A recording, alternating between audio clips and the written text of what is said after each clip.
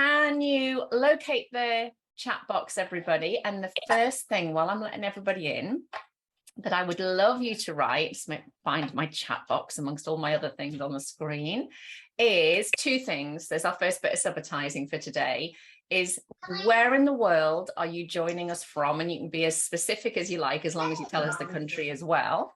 And are you either a real newbie to EYMaths, you've literally just joined and you've come along to this?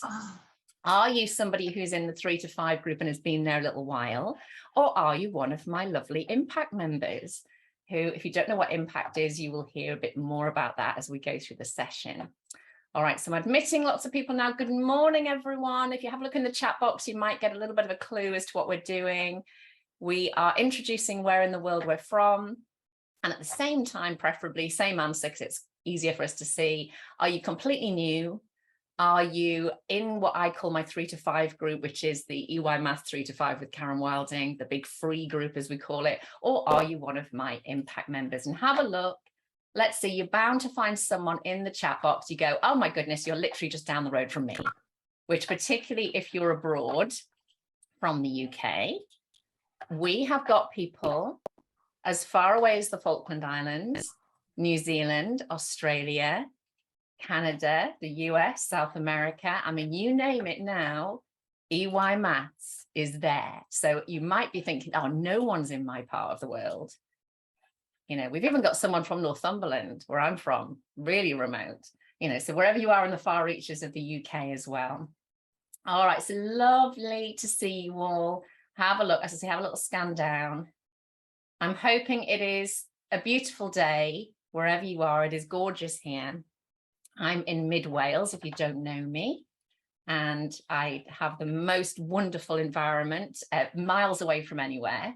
So there are some challenges, but it's absolutely beautiful. Okay, so if you have a look, we are already on to 8 pages. We have nearly 500 people booked on this. I bought a special Zoom extension to allow as many people as possible to join for free today. Okay, so I'm going to continue for the next few minutes to let people in. So that'll mean I'm a little bit distracted doing my good multitasking here, but a really warm welcome to you all. If you don't know me, my name is Karen Wilding and I am the director and the founder of EYMaths. I started EYMaths when COVID hit. Prior to that, I was a roaming maths consultant with my own business, traveling all over the world very regularly. Just leading up to the lockdown, I'd been spending a huge amount of time in the Middle East and across Europe. And as a result of COVID, I lost my business overnight, literally lost everything. Didn't qualify for any government support, which was terrifying because I had a mortgage to pay, but actually kicked me into the way that I think particularly women, I hope this doesn't sound sexist, but I think women, when the proverbials hit the fan, are very good at going, I've got to do something about this because this is just too important. And I set up EYMaths within a week. And within 2 weeks, I had paid members on what is now my TENS course, but was all run through Facebook and was very, what people call very beta. But that is a journey that you are joining us on now. We're 2 years and 4 months in. And I basically removed all the primary side of my job and decided that I would put all of my efforts into early years and early years only. And it's been the best decision I have ever made. So I get to meet and work with all of you wonderful people. And we are making the biggest difference. I am so privileged in the role I'm in. So I'm letting people in still. Can everybody just double check that you have muted, please, because you know that is one of the things that's going to make things much better for everybody else. If you have put your picture on or you are on camera, can I say a particular thank you? Don't forget, for those of you who've got mad backgrounds going on, you can fade out your background. You can do what Vicky always does, but she's got her bananas on today. You can mute yourself, but it is lovely for me to deliver a session to a person and not a person's name. The hard thing is, of course, you can see me, but when I look out, I'm looking at your faces, I'm looking at your reactions. So I'm very grateful if you decide to come on camera because it is much, much more real and nice for me. All right, we will make a start in a moment. There's just a few other people coming in and a few people who still need to mute, please. All right, I would recommend, if you haven't brought anything to write on or with, that would be a good thing to either wave at someone and get, look, I can see Joanne was just flashing her paper in front of the screen there. She's sorted, look, there she is. And oh my goodness, Joanne, double points. She's got paper and she's got a cuppa. They are the 2 rules of EYMaths, is to always do that. So if you want to grab anything to write on, it's not that you necessarily, I think there will be things that you want to look back on that I'll share with you today.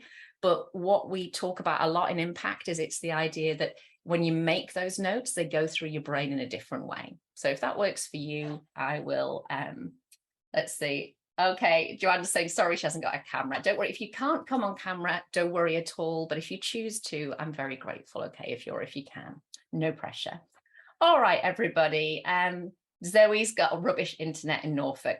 Zoe, I could have related to that until about a year ago, and now I've got super duper internet, which is wonderful. All right, so we are a mixture of people. The really important thing to say that I would say to anybody doing any training with me whatsoever, whether it is free or paid, is I want you to picture that you are on a journey. So I always think of it horizontally, and your journey depends on what you know, not how long you've been in teaching. If you've known loads of good stuff and you've been doing it for a long time, obviously that really helps, but you could be like me, been in education for over 30 years.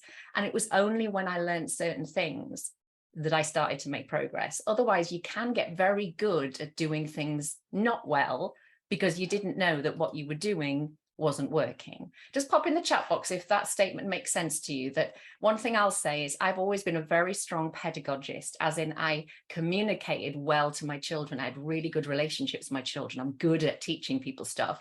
Now, the problem is when my knowledge was wrong, I just taught them the wrong stuff more effectively than other people. How's that for a great pedagogist? You know, and I hope that makes you laugh, but that's the truth.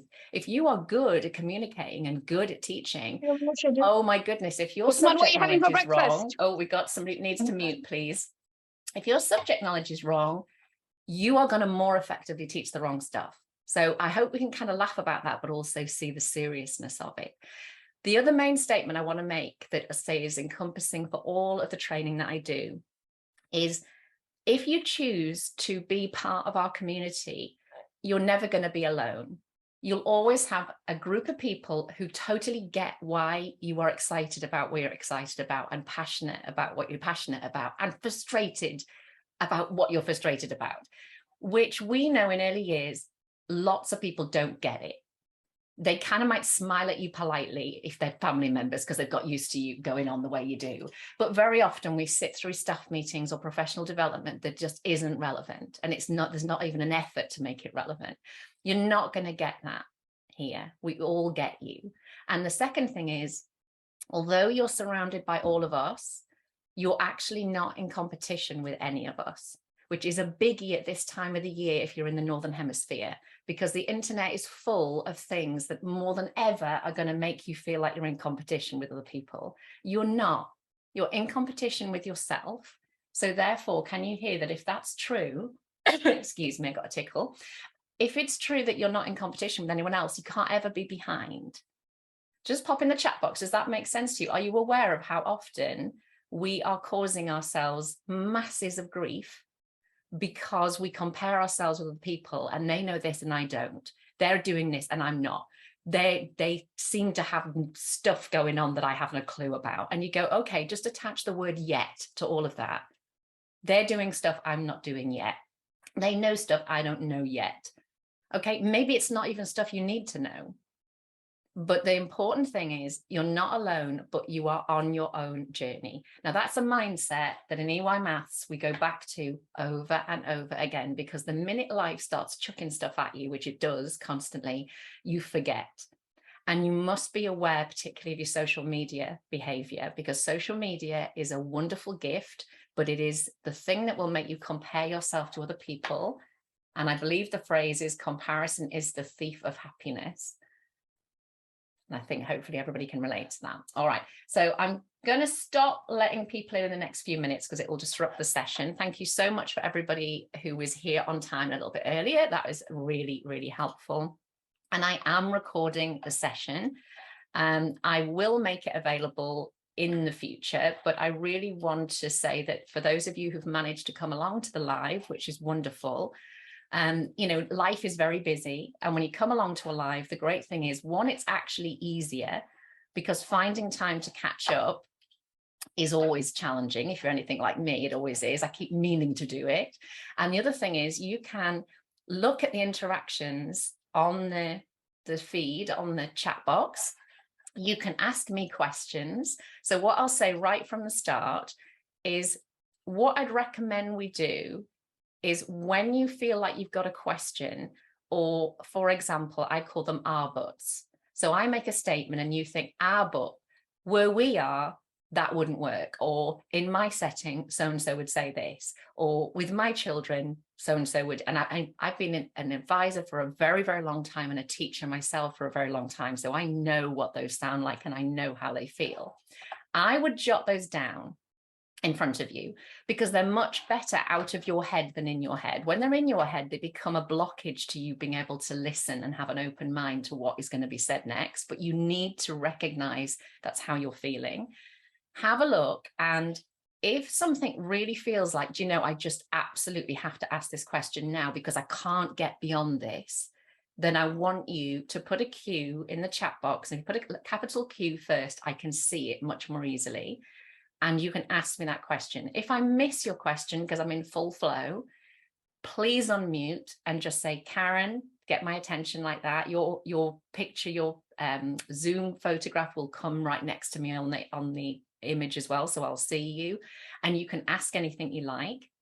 And the third option is, let's make some time for some Q&A at the end. And believe me, I could keep you on for hours doing this because I'm so passionate and excited about everything that I do, and I'm mindful that I want to finish in an hour. But the wonderful thing is that most of you came to this event because you're members of the EYMaths 3 to 5 Facebook group, and I am in there every day. All you have to do is ask a question, and I, and also many, many members who've done a lot of work with me now, are there for you. So I hope, pop in the chat box, does that work for you? You've got, unlike a lot of events where you haven't got a place to go and ask the person who presented it a question, you have. And all you have to do is ask the question. And better than just getting my advice, which I hope is helpful, you have got hundreds, if not thousands of other people in the group who've done training with me and will say, I felt like that, I did this first. You know, this is just so, so precious. So I hope that works for everyone. And you know that this is for you, so make it work for you. Okay. So it's interesting this, I'm calling this the new maths early learning goals. They don't feel very new now, because obviously many of you came in with what's called early adopters a year before. I'm very conscious, and I said this in the description, that there are many of you who don't use the English maths early learning goals. And I want you to know that this session, although I'll be citing them, the messages are about any curriculum you use. And they would work, these messages, with any curriculum you use in any subject, not just maths. Okay, so that's really important. But in order to make my points, I am going to be referring to both the early learning goals and development matters. Okay, and I imagine that even if you're working with something very different, you can find those things online. Most curricula around the world for early years for maths has a great commonality. You're not going to find things that are very, very different. Some will be better, some will be less effective. Yeah, but please know that whether you are using it or not, whether you're a childminder, whether you're working in a nursery, whether you're working in a school, whether you're here as a senior leader and you're not teaching directly, this is all going to be relevant to you. All right, so I have a question for you straight away, and this is a question that I ask. If you know my website, you'll know I've got something called the Teaching Essential Number Sense course, which is my absolute game changer. People literally, we talk about a mountain. When you've done the tens course, you're on the other side of the mountain. You never think about teaching maths in the same way again. And this is a question that I ask my members when they have calls with me, because I do support calls with groups that do this.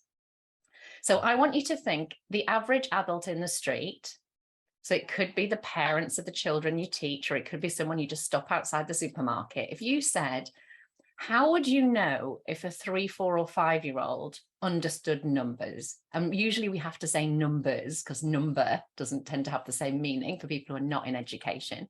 So could you list, maybe let's just say at least 3 things that you think that person would rattle off? Well, if the child could do this, particularly by 5 years old, if they could do this, this, and this, I'd think, oh yeah, that child really understands numbers. So you can do this exact task with your own staff and parents because it's very powerful and simple. So I think this is people who've never been taught like you.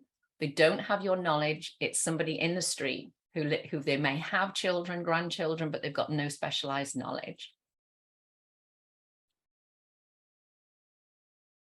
And have a look what everybody else is saying. It's obviously going past pretty fast. I will save the chat as well. It's a little bit more difficult to share, but I'll look at how to do that.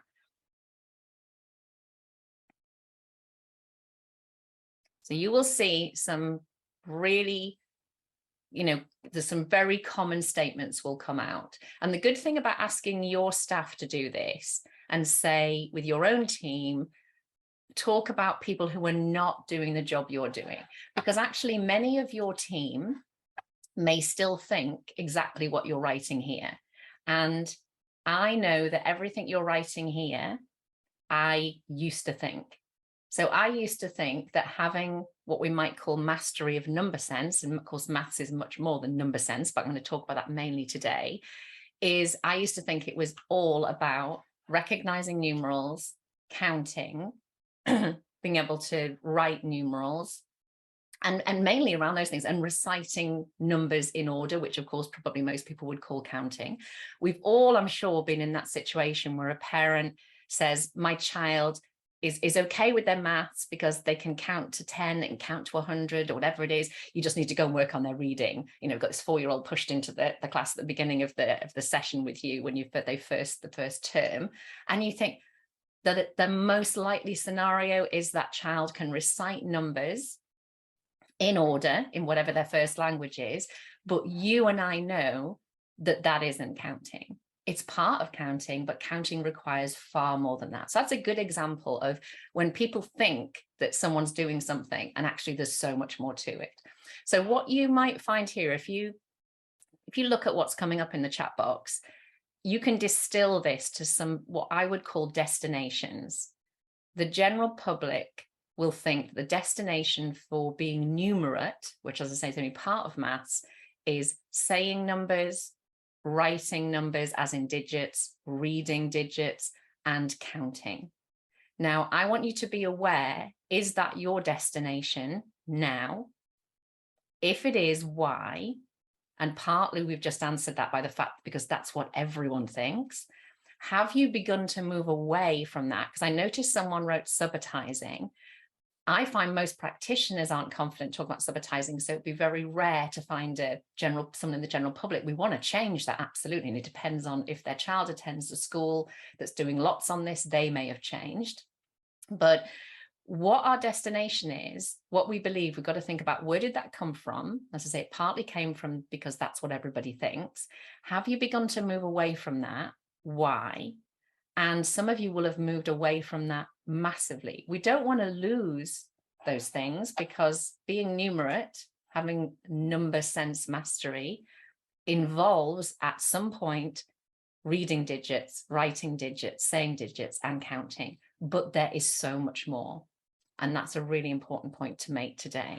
So yeah, so Catherine saying about our maths coordinator didn't know what subitizing was last year. Well, if I went back here 5 years, for example, I'd never ever heard of this word. And the majority of people that are in impact in my membership group here in EYMaths, you take them back to the beginning of their membership. They'd seen the word written down maybe in the new curriculum, but they didn't know what it was. So yeah, we're all we only know stuff when we don't, I suppose nobody knows something until they do, is the best way to say it, isn't it? All right, so hold on to that, because again, that is a very useful, important thing to do.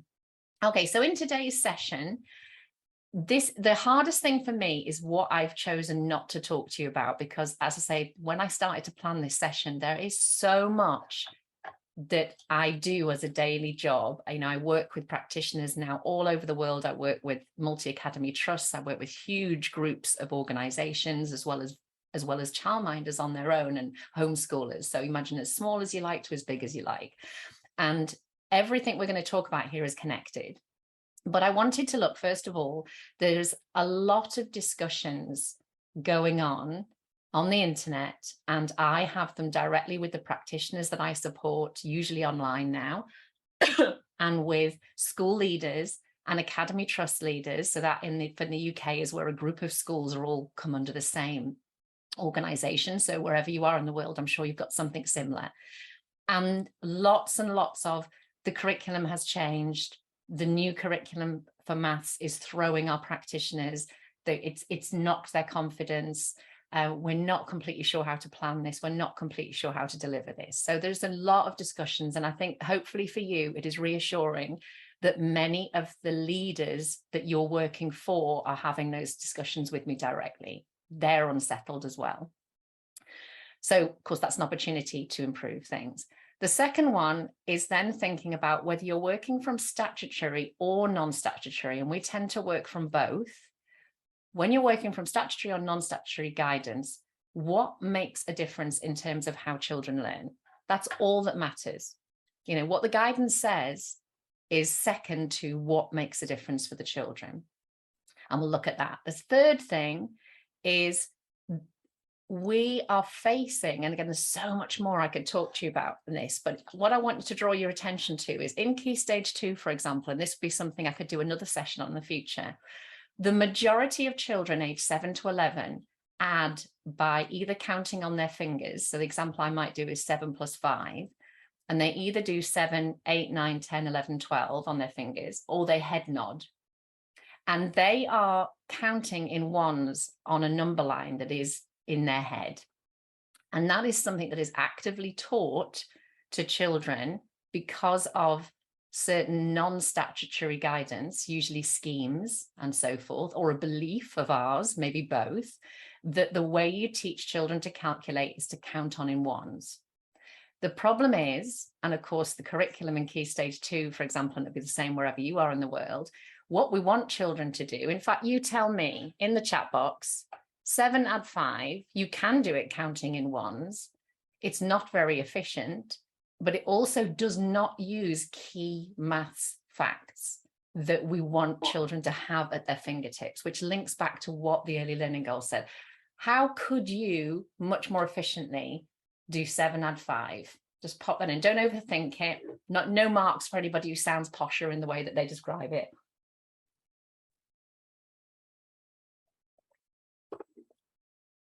So some of the things that are coming out is some people are using the fact that they know that 7 is made up of 5 and 2. So they're doubling the 5 and adding the 2. Some of you might go, whoa, I never even thought about that. And that's because you haven't had the experience of seeing 7 in that way. Although now you think, of course, you know that about 7. Some people are saying, well, it's 7, that's 3 off a 10. So I'll take 3 from the 5 to create the 10 and I'll add the other 2. Now, whichever of those you were doing, you are using the composition of number to solve that. So if you said 7 add 5, I could do 2 5s and a 2. You are using your knowledge, your deep understanding of how 7 can be partitioned, and also that 2 5s are a very important part of how a 10 is made up. That's what we call that unitizing in maths. Apologies for my tickle. If you did 7 add 3 add 2, you had to know that even though 5 doesn't look like it's got a 3 and a 2 in it, you had a concept image or a concept enough of 5 to know that 3 and 2 are in there, that it was a 3 you needed to finish the 7, and that then you'd have 2 others. That, for those of you who've done lots of training with me, you will be picturing a 10 frame if you need to kind of go back and think, right, I've got a 10 frame, I've got 7 on my 10 frame, I've got 3 gaps. So and I've got 5 on my next 10 frame. I'm going to take 3 from my 5 and it will leave 2 on the next 10 frame. So 1 full 10 and 2 of the next 10, a 1 and a 2. That's why we write 12 the way we do. So these issues are massive. The same children who are doing this to add will do the same to subtract. They won't understand multiplication, they won't understand division, they won't understand fractions. And everything that is written in the early learning goals or the equivalent in your country or wherever you're working in the world, we are aiming in terms of number, which is, I say, only part of maths, to prevent that happening. So when I write this third statement here, we have got a legacy of failure. And it isn't a legacy of failure of effort, because I've been in the system 30 odd years and I tried very, very hard to do my job very, very well. However, it turns out you can't do your job very well when you haven't got the right tools. No one can. No one can cook well without the right cooking equipment. No one can build something without the right building equipment. It's exactly the same for us. So I hope that makes sense. For those of you who are parents and you've watched your own children struggling and failing in maths, and you know the devastating consequences on their confidence and on their life skills, this is massive, and there's a lot more that I could say there. So we need to continually have, our how in our minds. So the first thing I wanted to draw your attention to, and this, if you've got something to write on, you might want to jot down some places to have a look at later, is I wanted to actually start with the statutory guidance of the early learning goals, but it's the bit that sits before. It's in the general descriptions at the beginning of the document. So here, I'm wondering, when you go to the statutory framework for the early years curriculum, which even if you don't use that one, go and have a look online, there is this, what looks like a paragraph, and there's an awful lot of stuff in there. So I was wondering, I'm going to talk about teams here. You may be on your own, so excuse me if you are, but I'm going to talk about us being part of a team. You may be the leader of the team. You may feel like you don't have much influence over the team, but I know there'll be a couple of you on today who are completely working on your own. So you can come and talk to me about it. But do you and your team regularly, or are you really familiar with these statements here? Because there are things that are different in this description than in the early learning goals. So I would say have this as on your radar, have this as part of your toolbox. However, I think I'm going to show you them again here in a moment. I think there are some quite big messages in here that, whether we consciously or subliminally take them out, bearing in mind that what you have been brought up to think that learning number is about is going to be your strongest belief. And if you've done work with me or with other people similar to me, you will find that your thinking changes massively. But actually, when you've had a brain that for 20 years or 30 years or 40 years has thought a certain way, you'll constantly have to keep going, oh, no, this is now what I think, because changing a belief system is hard. So I'm going to put this back up. If you're not familiar with it, even if you work from the English early learning goals, don't worry about it, but just put it on your radar to go and have a look at. Can you skim through that and pull out up to 3 things you think it's telling you to do? And again, don't overthink this, because it's not a judgment call at all. It's about, bear in mind the wide range of professionals that are using these documents. So just pop in the chat box and please contribute, everybody, because the more you contribute, the more you will learn.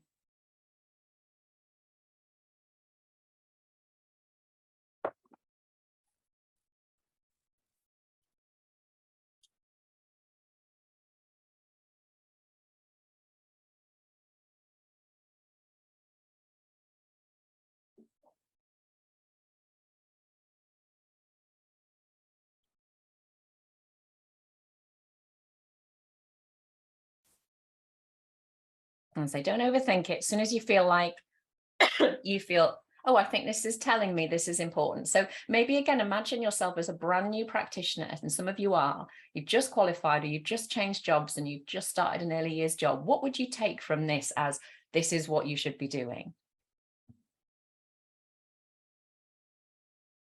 And be careful not to filter it too much.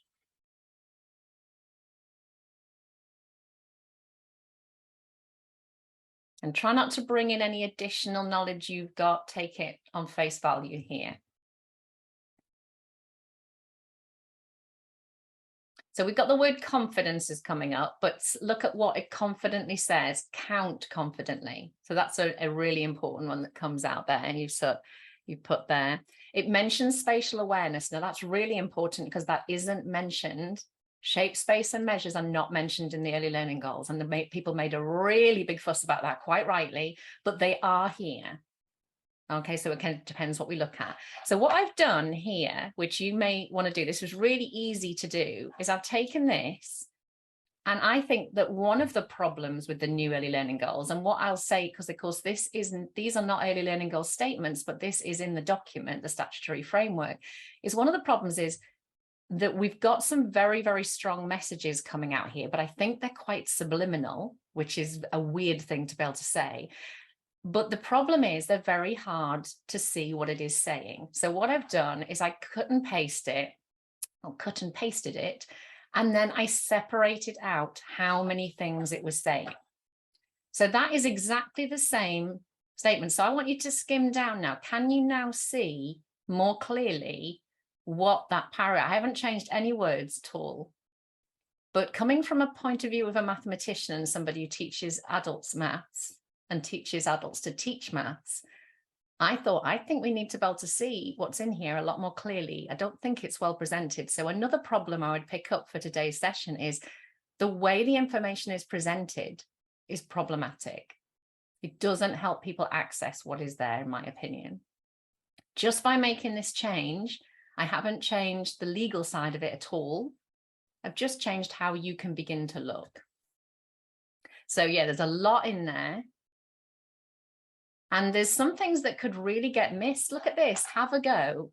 You know, how important to you is it that a child keeps that disposition? I'm not going to say learns that disposition, because there isn't a child that's born into the world that doesn't have a go attitude. It just can get knocked out of them. Those of you who are lucky enough to work with our 3- and 4-year-olds, you will know that the have a go, just get on with it, keep doing it. You know, you say something like, they say, oh, I've built this, and you say, oh, it looks like it's falling over, and then they go running off to go and try and find a way of not falling over. That same child at 7 probably would hear that you're criticizing them, which is probably what we can all relate to more. So I would recommend that you look at something like this, say literally a very simple exercise, not a Karen, can we have your slides? Because the whole point of this was me doing it, finding that, literally cut and paste it, and then just click on return and send it onto different lines. Really, really important.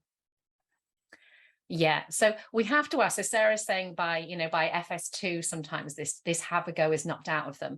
We do a lot of work in EYMaths about how we unintentionally knock this out of our children. There's not one of you on this call, there's nobody that I ever work with that would say, I don't want my children to be resilient. I don't want them to think I'm not interested in their listening. So, but the problem is it happens. So what is it we're doing unknowingly and unintentionally? And we have actually done a huge amount to change this. And there's some wonderful gurus like Julie Fisher who can really help us on that journey. So when you saw these deconstructed, very MasterChef term there, when you saw these deconstructed, I want to ask you now, and these are big questions for a short session today, but I want to ask you now, what did you become aware of? And some of you have already answered this in the chat box, about, for you as a practitioner, you have the responsibility for planning and delivering a stage towards these skills, because these skills are, some of these are examples like about the pebbles, but learning about space, learning about measures, learning about shape, having positive attitudes, these aren't end goals. These are things that are continuous. So you're somewhere on that continuum. So what started to happen in your head? What did you start to reflect on when you think, if I'm responsible for planning and delivering to, meet those specifics, because I've deliberately started more generally, what thoughts are going through your head? Whether you are very early in your career or very experienced like me in your career, and you're focusing on that maths, just pop some of your thoughts in the chat box. And again, as I say, be brutally honest, because we aim to create 100% safe space here. That's how we all grow and learn.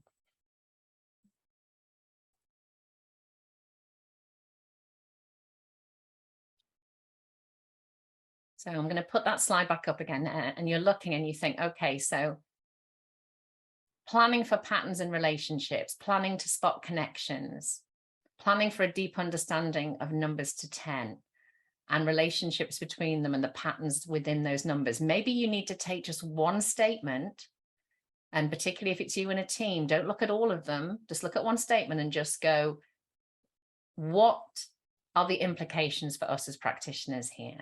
Because this is, as I say, this is what my session is really going to push today, is what are the implications for us about what we're being given in terms of what we're planning from. Okay, so lots of food for thought. So the next part then is my job, as far as I'm concerned, is I care very deeply about the children. That's why my job exists. But I don't focus on the children at all. I focus on the practitioners, because historically, having been in the job I've been in for so long now, partly as a consultant and partly as a teacher myself, there just isn't enough investment in the practitioner. If you know, the teach a man to fish thing, rather than give someone fish, teach them to fish. When you invest in the practitioner, they grow beyond what you give them, because they grow in their confidence, they grow in their thirst for knowledge. And the brilliant thing is they then have hundreds and hundreds of children pass through their hands over the years. So by investing in one of you, I positively impact hundreds of children's lives. And that's what my job is about. So my aim is to give you the very best practitioner toolbox you could ever have. My aim is to give you a safe space to grow your confidence, because I always thought with my children when I was a teacher that if I created the safest possible environment for them emotionally in the classroom, they could take the biggest risks. And I hope that makes sense. So exactly what I am after with EYMaths and with my impact membership is the safer the group feels, the bigger the risks you will be, which is beneficial for everyone. So I hope that makes sense. So we're going to have a look at some of the tools that need to be in here. And this again is based on lots of experience, and many people on the call today have been through a process with me like this. All right, this is massive, everybody. And I want you, if you're new to me, I want you to come back to this and back to this and back to this. And I want you to ask questions about it in the group. And I want you to be prepared to have your ground shaken, because that needs to happen before we make changes. So look on the left side of the screen. In order to be an effective teacher of mathematics at any age group, doesn't matter whether we're talking about babies or 109-year-olds, anything in between, you need to have continually developing maths subject knowledge. So when we talk about teaching shape, for example, and I do webinars on this that the impact members have got access to, we talked about, for example, the 2D shape draw that happens to reside in many reception and year 1 classes. So you can do a virtual hands up. Just pop in the chat box. Anybody ever heard of the 2D shape draw? You don't have to admit having one. And the 2D shape draw, if you've got good math subject knowledge, you can have the draw, but it wouldn't have anything in it. Because when you've got the right math subject knowledge, you understand what 2D means, and you can't say, oh, but you know, they're really flat, or we're in early years, it doesn't really matter. You go, all we're saying is, when we say those sorts of things, is my subject knowledge isn't secure yet and I'm too scared to do anything about it, or I'd just rather hide, all the things that I used to do when I was in that situation. You need to understand shape as well as the year 6 teacher, the teacher of 11-year-olds, the teacher of 16-year-olds, because it isn't age related. Understanding how shapes are defined, I mean, do you know what as well? You just start loving learning so much instead of being scared and all the stuff I had at school, which was, let's see who can learn it the quickest and get it right all the time and learn procedures. And I wasn't taught that maths was about asking questions and exploring and just wonderfulness. When our subject knowledge is growing, I'll say, because you don't have to get there, you just have to be on the right road. You will teach shape in a way that you never believed. And it may have a box of plastic shapes from China in there somewhere, but that will be a tiny part of your provision, and your children will blow your mind with what they can do. So, and that all comes from your subject knowledge. You need to understand why, when people ask quite rightly, why do my children need to have like a deep understanding of numbers to 10 and about patterns and so forth and connections? If we don't understand what happens with number when they're older, and how they're going to have to understand prime numbers and factors and division, if we don't understand that and then work back, we don't understand why the bit we do is so important. And I can say 100% that all of the impact members on the call today who've done the TENS course with me, they wouldn't want to not know what they know now. They love the fact that all we talk about is subject knowledge. And we're like, but what about this? And what about that? Because we've got people in our lives now that when we don't know, they will help us learn. And some of them are in books and some of them are online. And we just are loving having so much knowledge. And I tell you what, it makes you formidable when it comes to, inspectors and so forth coming into your setting. So the other side, you can hear how passionate I am about this. And can I tell you as well, when I was at school, I hated maths. If you've read my website, you'll see this. I hated maths. I thought I was rubbish at it because I wasn't taught maths. I was taught the procedural, be fast, be first, be totally, accurate all the time. I hadn't got a blooming clue how it worked. Turns out there's nothing wrong with my maths. Maybe you can relate to that too. Now, the other side is the pedagogy. Okay, difficult word, but pedagogical knowledge is you understanding how the human brain learns maths. This is about your knowledge of child development in our case, and this is age specific.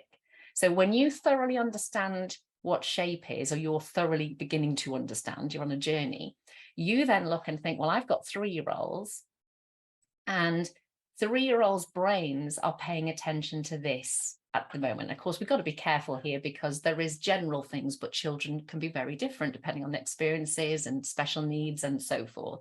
But 3-year-old brains, we know enough to know that they can do certain things and they can't do other things, and they can do amazing things, far more than we often give them credit for. And then 4-year-olds are more ready for this, but also it could be stage development oriented, because what we find with subitizing, for example, is if you meet a 44-year-old who's never subitized before, they still need to go through all the stages that a 2 or 3-year-old goes through. They go through them a lot quicker because they're 44, and also they have a lot more rubbish to get out of the way as well, which young children don't because they haven't learned it another way. But does it make sense? Pop in the chat box. Does it make sense that whenever you're learning to do anything, doesn't matter how old you are, you've got to go through it from the start. It just happens that it tends to be that more mature brains can often just go through those stages a bit quicker. So I hope that makes sense. So you need to be continually putting in your toolbox, the bit that will probably scare you is the subject knowledge. To be honest, this is the easy bit because you look it up, honestly. It'll be a bit of a mindset thing for many of us. This is the hard bit. Understanding how children learn. The only way you can understand how children learn is a combination of reading stuff and talking about stuff that people who have done masses of research on this stuff know, and we use what they know when we bring it to the table, whether it is Loris Malaguzzi from Reggio Emilia, whether it's people like Julie Fisher, as I've mentioned, whether it's Linda Pound, whether it's Anna F. Gray, whether it's contemporary people, whether it's Jean Piaget or Jerome Baruna.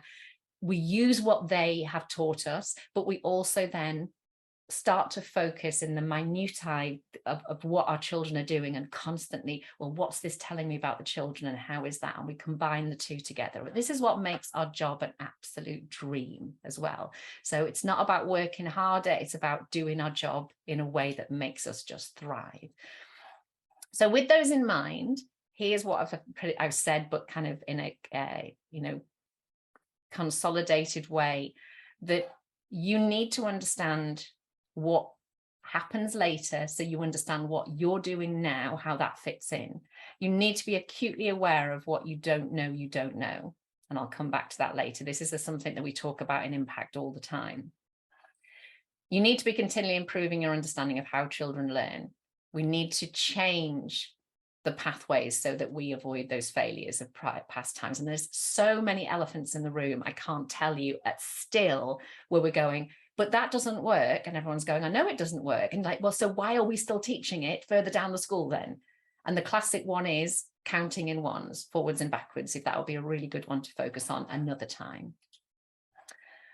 So these are some things to be aware of, okay? So brilliant. So I can beat that. I'm 61. There we go. Zoom uses 52. I'm also 52. There you go. We're the oldies in the group who can go, I've been doing this for years. And I'll tell you what, I'm so glad I'm not doing it the way I used to do it. But it was always with good intentions and intelligence in the past, but I didn't have the right tools.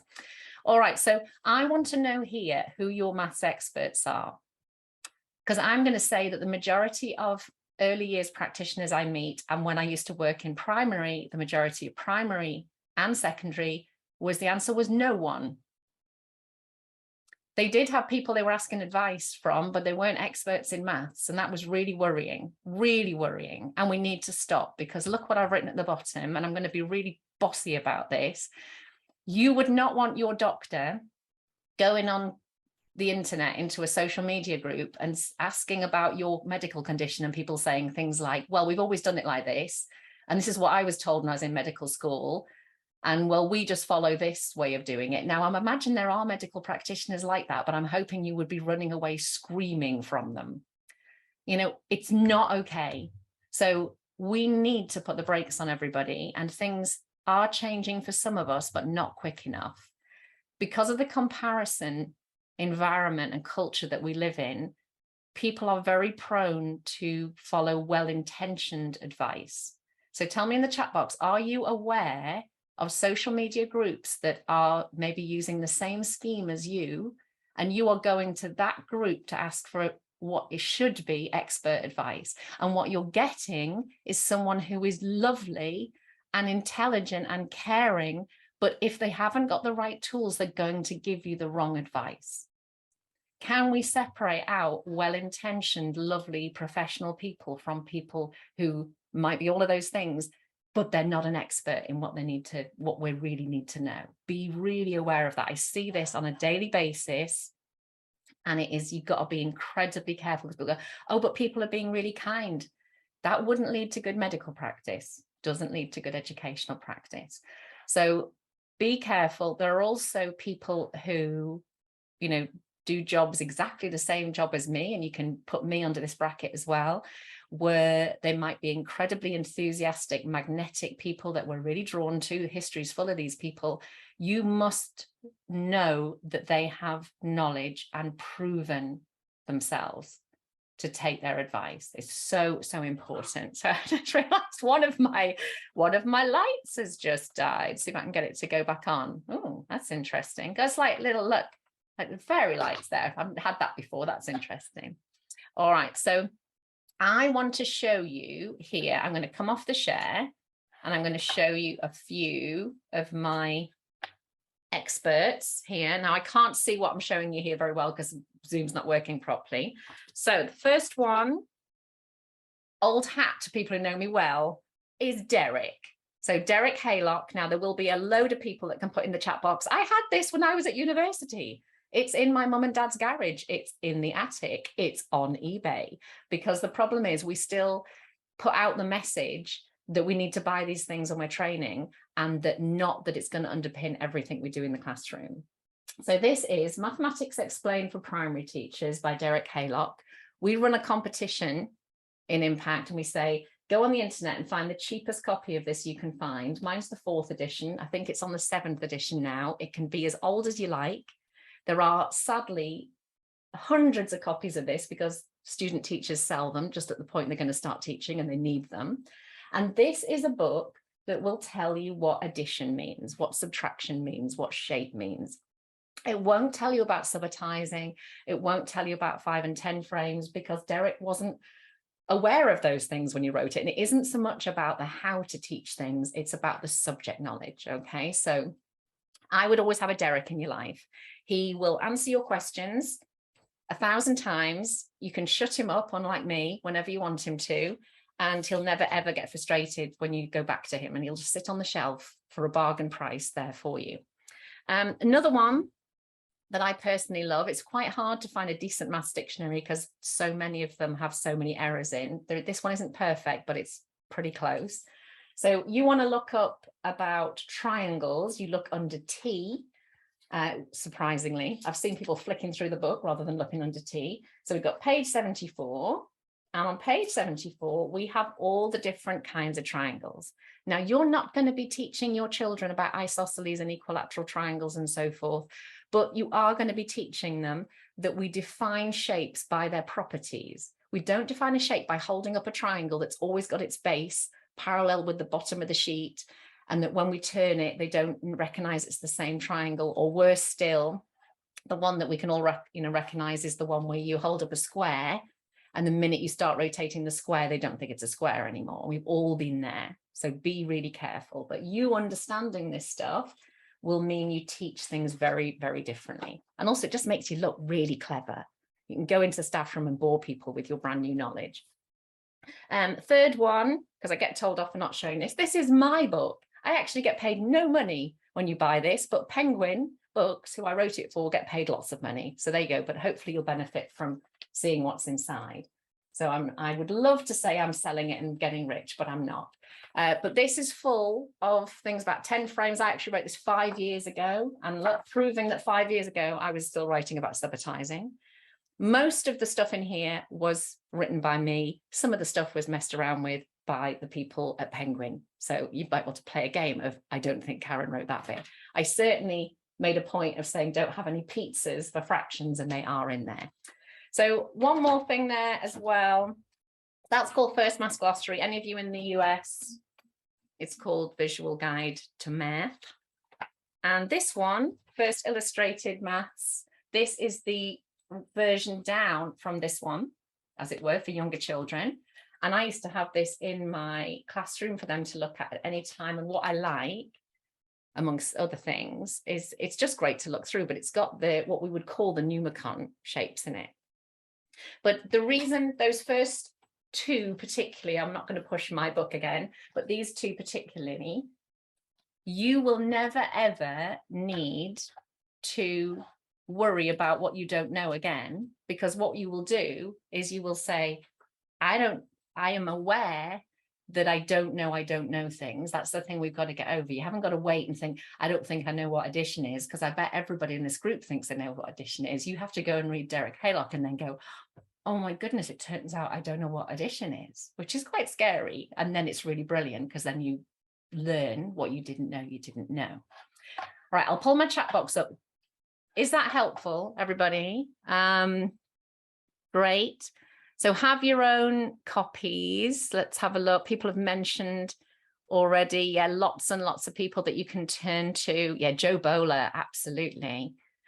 Someone's talking about culling social media. Yeah, be really careful. And if you don't want to leave any groups, just think in your head, am I on this group because I'm just kind of interested in what's being talked about? That's brilliant. But separate who you're seeking advice from and where. Yeah, everybody needs to learn from someone. No one knows everything. So, and of course, we all change our knowledge as we grow new tools.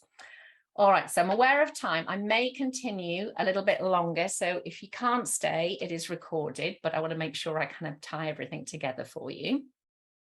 But I wanted to pick up on 3 things here that I've seen that really highlight for me the problems with the early learning goals or similar. So the first one was that over here was that, oh, can you all just give me a thumbs up? Actually, can you see my screen okay? I can see Ella and I can see Shadi. Can you see the screen okay? Just sound checking. Yeah, nobody's saying no, so I'll carry on. So there's been many discussions about what do the statements mean. And what was particularly concerning for me was the amount of discussions around assessment time about what the statements meant. Can everybody hear the elephant in the room there? The time to discuss what the statements mean is not at assessment time. It's when you're at the beginning of the year, when you're thinking about how do I plan for this? How do I understand it myself?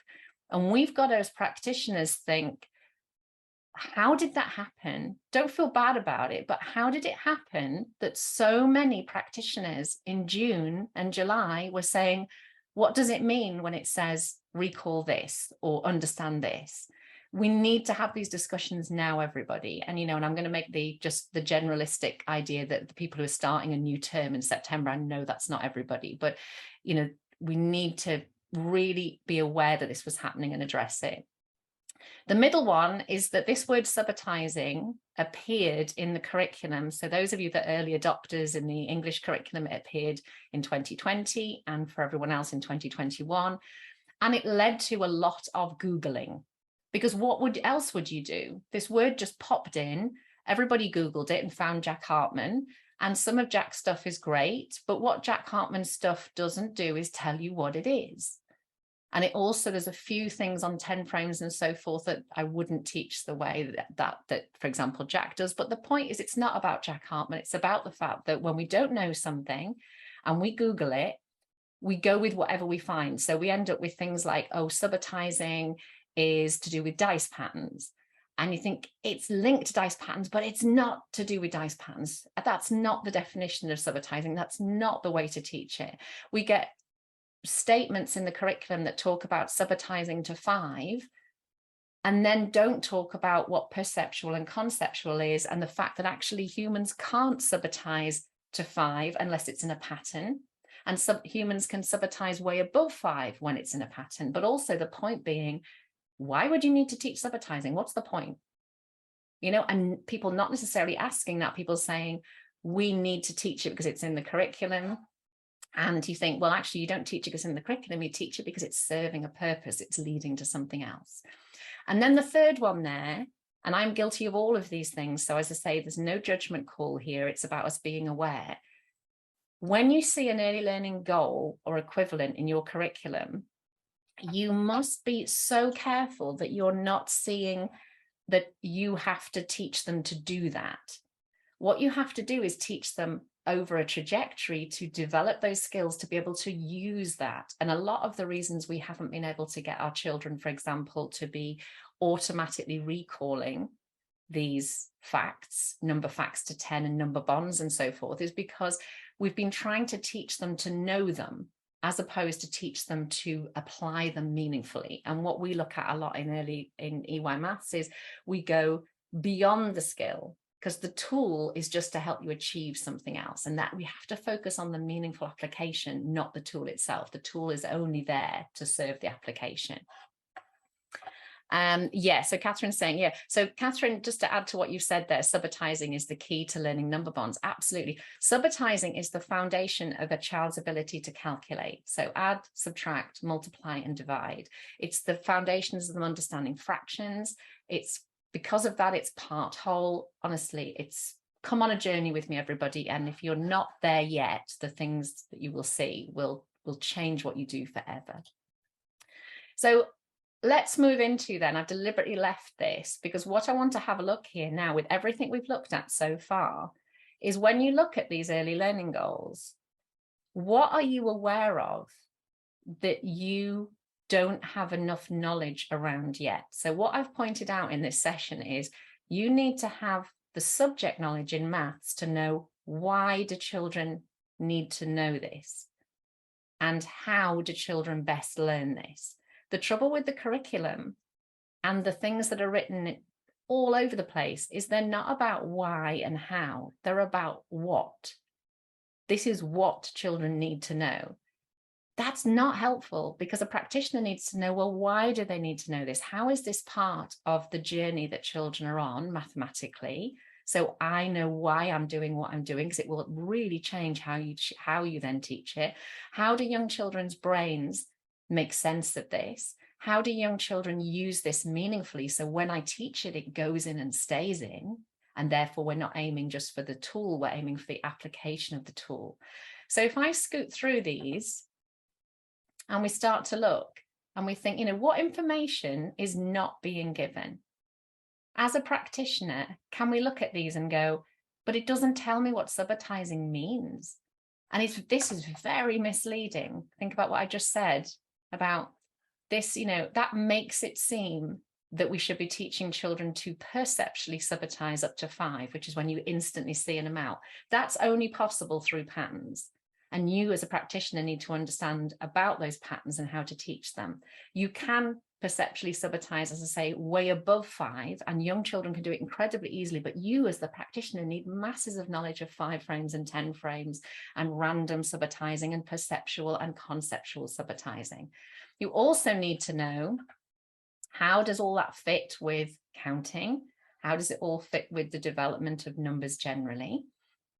And what I'll come back to at the end is that these statements I've deliberately put on separate slides. But if I go back there, there's the beginning, right? That statement there, those 2 statements there, and all of the two of the 3 statements, just ignore the top one there. So those two, and that one, they are all connected. They all come from exactly the same set of skills. Now, that is great news for us as practitioners. That top one there that I missed out is connected, but completely different in terms of its ordinality rather than cardinality.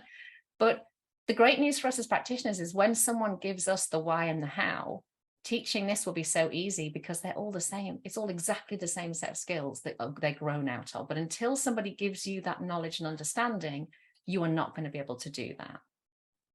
So what I wanted to look at here, to say, I'll do another 15 minutes here just to wrap things up. But I want you to now tell me, I was looking at Development Matters here, which is non-statutory guidance to accompany the early learning goals. What do you use in your practice? Are you using Development Matters or are you using something else? Because again, the goals are just a set of statements at the end of what reception in England. So that's 4 and 5-year-olds. So when children have turned 5. But what are you using, therefore, to inform you of the steps leading up to that? And that would be every year group, because obviously if you're in reception, you've got a whole year towards going towards that goal. So I listed some things here, and this is what you're putting in the chat box, that Development Matters, Birth to 5 Matters, which was an alternative version put forward. I would say that Birth to 5 Matters still doesn't tell you how to do it. This is something that, you know, when you know more yourself, you may be able to breathe a lot more into what both Development Matters and Birth to 5 Matters says. Anybody here use published schemes? Many of you will, particularly those of you teaching reception. There's less available to nursery. I think that's a good thing personally. And then the one for me that is happening a lot this time of year. So please have your massive awareness, you know, turned right up. How many of you have seen on Facebook groups people saying, I've done all the development stages or the steps for nursery planning for next term or for reception planning for next term. They've shared it on the group. Everyone's like, oh, send me a copy. I won't go into that in this session because it's too much to go into, but your planning has to be your planning. It can't be anybody else's. You can absolutely seek information on your subject knowledge, your pedagogy, when you understand that, ideas of how to do things. But the idea that we take someone else's planning, your planning is everything. Your planning is when you make sense of your provision. It is so important. It is not something you can just lift off someone else. Tell me in the chat box, does anybody remember, usually not early years, but further through the school, did you ever find your old planning and go, oh my goodness, brilliant, I won't have to plan this year? And then you looked at it and went, I haven't a clue what I meant when I wrote this. Just pop in the chat box if anybody's had that. Because this used to happen to me every single year. I've taught all year groups and I'd be like, yay. And then I'd look and I'd be like, and this was my own planning. I couldn't make sense of it. So can you see it? If you can't make sense of your own planning a year later, why would you ever make sense of someone else's? It doesn't make sense. But of course, the biggest worry is, what if this person hasn't got the right tools in their toolbox? And someone's going, I'm stressed, I need help. So they're reaching out for someone else's planning. When you don't know what you're doing, it's because you haven't got the right level of subject knowledge or pedagogical knowledge yet. That's it. And the way to address that is to seek out the help to improve it. And we're all on that journey together. So I hope that makes sense. There's so many things that are going to come out in this discussion of like, oh, what about this and what about this? And that's a good thing. So what I want to scoot through here and then just bring us back is Development Matters says things. Again, there's some helpful things in here, but I just wanted to highlight a couple of things here. It says, for example, it is important to give a child many opportunities to deepen their understanding of numbers to 5. There is no value in rushing to 10. Can you hear that it doesn't say why, though? It doesn't say, that's very reassuring, but actually, what is it telling me? Absolutely nothing. It's basically saying, go slower, but go slower with what? Go slower in what way? And then you move on. I thought this was a really important one because I see this a lot still. And again, there is actually a video on my YouTube channel if you want to watch about the terms low ability and the damage we do. That if we think about our children as low attaining, as in they're a human, they can be highly mathematical, but they're not being yet. So what do we need to do differently? Never, ever label a child or anyone as low ability. I don't even know my own abilities. I just know what I'm not very good at yet. And anything I'm not very good at yet, it's usually because I haven't had the opportunity to learn to do it well yet, or I haven't put enough time in. So things like that are helpful. But look at this.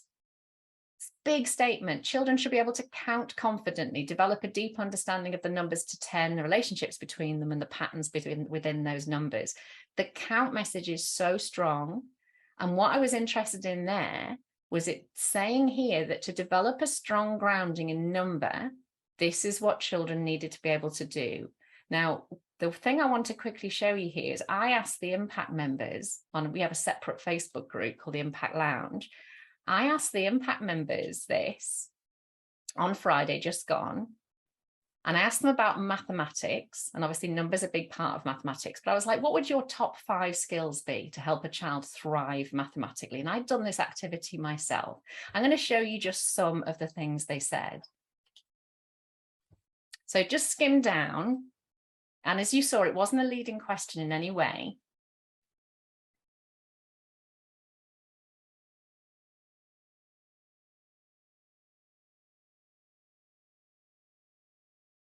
Can you see what's not there? And you don't have to write in the chat box, but just consider here, what is not there? And there's many, many things. Rel at the top, who's in Tasmania, was saying later on, she said, oh, I thought about it. And I thought I really wanted to separate tools from dispositions. And that's a really great question we can go into. I had on my list things like subitizing and use of 10 frames, but then all I had was dispositions.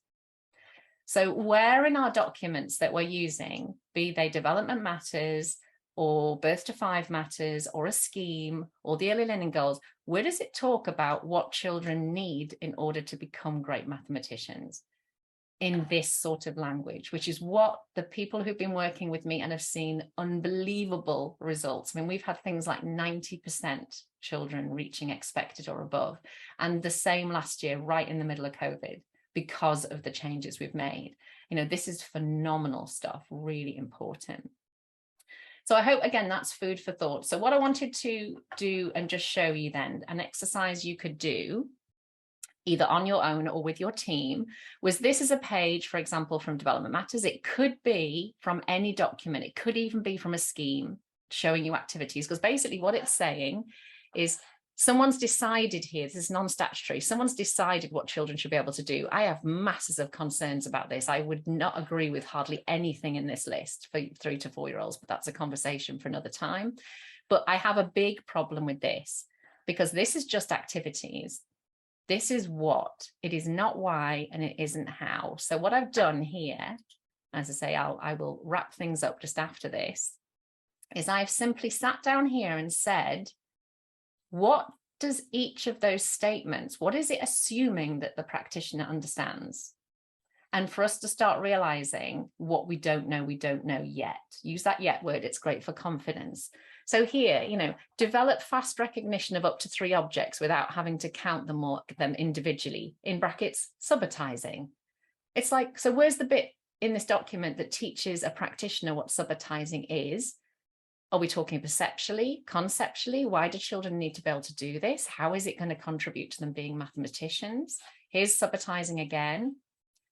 Point to a small group of objects, 2 or 3 objects, look, there are 2. Occasionally ask children how many there are in a set of 2 or 3. If you don't understand what subitizing is, you can do all that and no learning will take place on your part or their part, because you won't understand what it is you're seeing and you won't understand how it's building. I mean, why would you? I won't go through all of them, but there is some real contradictions about counting compared to subitizing. For example, some of the most worrying things are for a child to understand that the last number in the count represents the whole group is so difficult conceptually for children even a year older than this. And what we're finding is when children can subitize, as in they understand what 4 things look like, for example, and they know there's a 2 2s in there, and then there's a 3 and a 1 and 4 1s and so forth. The idea then, when their counting skills develop, when they say 1, 2, 3, 4, they don't see the 4th thing as 4. They saw, when they said 1, it's because they had 1 thing. When they said 2, it's because they were looking at the whole of the things as being 2 things. 3 was the whole group being 3. 4 was the whole group being 4. When children can only count, you and I know, when they go 1, 2, 3, 4, if they're ready for that, you say how many, they count them again.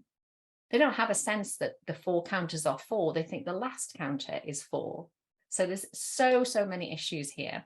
So you can pull out, just in one example here, all the things that need to be thought about. And then what I did a little bit further along is thought, that doesn't need to be a what, that needs to be what does the practitioner need to understand in order to teach this. That's what would be useful to us. So when it says this, experiment with their own symbols and marks as well as numerals, we need for the practitioner to say, well, why is this important? And how do we best go about this in our continuous provision, in our adult directed time, in our child initiated time, and so forth. So, but the problem is not all early years staff are teacher trained, they're being used as teachers. Yeah, I agree, Kerry, which is why all the training that I do is aimed at, I get groups of practitioners come, and it's every single person in the setting trains, because every single person needs to understand. So with any problems, we always need to think about, what could we do differently instead? So what I've done here is, I said earlier, all of those from the early learning goals are all based on the same knowledge from us. These things here can all be delivered through subitizing 5 frames and 10 frames. And you're not going to aim for them to use subitizing 5 frames and 10 frames. You're going to aim for them to use those in their games, in their activities, in their everyday lives, when they're eating, when they're playing, doing whatever they're doing, and you teach the tools in order to allow them to do that with their meaningful application. And that's when you get that fluency coming out. So, okay, so lots and lots of things. I need to go back and have a look at the chat box. Just be aware, and I did write this on the group the other day, if you want to go down a rabbit hole and feel absolutely rubbish and hopeless about yourself, there are so many places on the internet that you can do that on if that's your bag. We don't want that to happen in EYMaths. And so always when you feel yourself going into but this is driving me mad, this is so frustrating, you must put so could we? So what could we try? Even if you've got 100% problem and you change 1%. So we are there to help you when you are feeling lost. As long as you're saying, what could I try? What could I do? We are there to support you. So with that in mind, what I will finish on is, this is one of the reasons I'm doing this today, is in Impact, starting on Saturday, which is, let me just look, I've got to get the right month. So Saturday the 13th, we run a lot of our sessions on Saturday mornings. That's because we are so international that we have got people like Rel who are over in Australia. We've got people in the Middle East who work on a Sunday. So we do Saturday mornings. We do loads of other stuff as well. But I am starting on Saturday. Every 3 weeks, we are going to be running what I call my surgeries on planning. And this is just one example, and I'll show you another in a minute. But I have put together brand new ways. I mean, it's not actually that brand new because I used to do this when I was working across primary as well, but ways to help you do your planning that will address all the things we've talked about today. So I will give you the tools you need. I'm trying to go back to one of these. So we're looking at these things here. What are the tools you need? What is the understanding you need? What is the subject knowledge you need? And I have a load of ways. I'm just going to show you here inside the group as well. I did have this ready. So this is inside part of the Impact membership with the resources that you get. And for example, here, can you see there are a load of webinars all about planning already, planning templates, addition and subtraction, doubling and halving. But what I do in the sessions that I am starting on Saturday, and hence why I wanted, I'm going to get back to the right place, hence why I wanted to do this session in time for you to know about this, is we come together. They are recorded as well, so you don't have to attend live, but we are going to look from now till Christmas at your planning, your long-term planning, your medium-term planning, and your short-term planning, but particularly medium-term, because when you get your medium-term sorted, you will be able to be flexible to meet the needs of your children every day. Short-term planning needs to be planning that is, this happened today, so I'm going to do this tomorrow. And we know that's how we feel is right. If you haven't got really good medium-term planning behind that, however, you don't know what to plan. You worry about coverage. You think, oh, I know, I don't know enough about how to teach this to make those changes. And that's when we default to schemes and so forth as well. And then we start, worrying about where we're getting information from. So if that sounds like something that you are interested in, you don't need to join us. It's totally up to you. Impact membership is open the whole time. But the reason I'm showing you it now is because we are starting, as I say, this week, all the way through till Christmas looking at this. But there are lots and lots of other things in there for you. So this is just an example. There's more than this. There's teaching money, teaching odd and even numbers, mark making, problem solving, measures. These things are in the Impact membership for you all the time. And the main thing I think the Impact members that are on today would say is the library, because it's recorded, you can go and use it all the time whenever you want. But actually it's the Impact Lounge that people love the most, because we are in there all the time supporting each other and talking to each other. So can I just show you where to go here? If you're interested, if you want to ask any questions, you can direct message me, you can put a message on the group, but all you need to do is go to the website. There's the Impact membership there. Anything you're unsure about, just pop onto the group. You've got, look, here's some of our wonderful members that are on today that you can listen to them chatting about things there. But if you would like to join us, I guarantee you'll get so much out of it. And actually, for the price of 2 cups of coffee a week, you could come and try us out for a month, see what you get out of it. And if it doesn't suit you, you can leave. Totally fine. We don't tend to get people doing that, but just so you know, there's no catch. Let's see. So any questions? I've gone slightly over. So how do I rate White Rose for EY?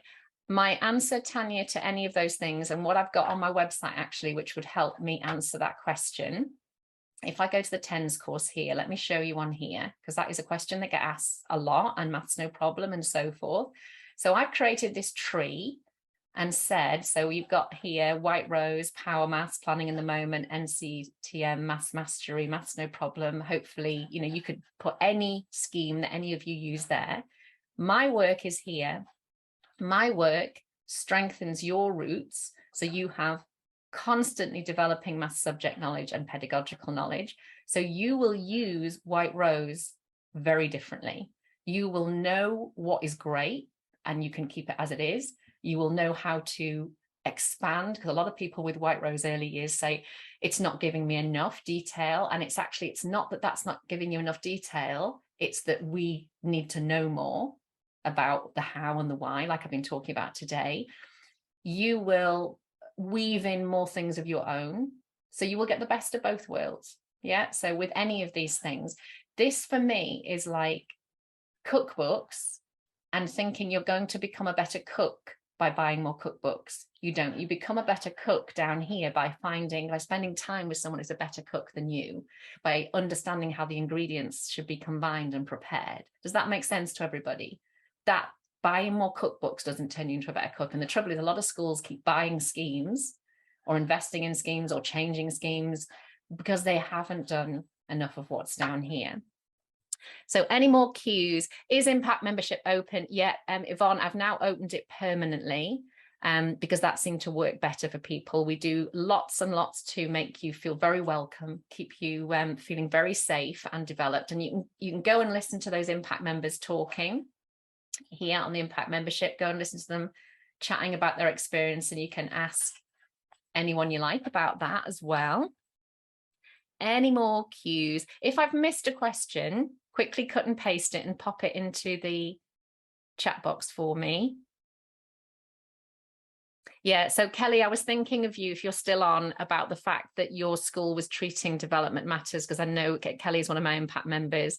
I don't think you're alone there, that people are using development matters as a curriculum. And I think the reason they're using it as a curriculum is they haven't got anywhere else to turn.